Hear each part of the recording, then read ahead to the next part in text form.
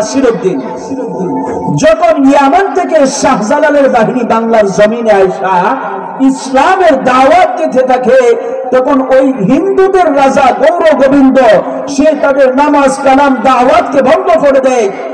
যখন এইভাবে সে 144 ধারা জারি করে যে কোন মুসলমান বাংলার জমিনের মধ্যে আজান দিতে পারবে না, ইসলামের দাওয়াতকে চালাইতে পারবে না, আল্লামা নাসিরউদ্দিনকে যখন গৌর গোবিন্দের ভবনের সামনে পাঠায় দিছে, যাও আল্লাহু আকবারের ধ্বনিতে তুমি আজান দিয়ে আসো।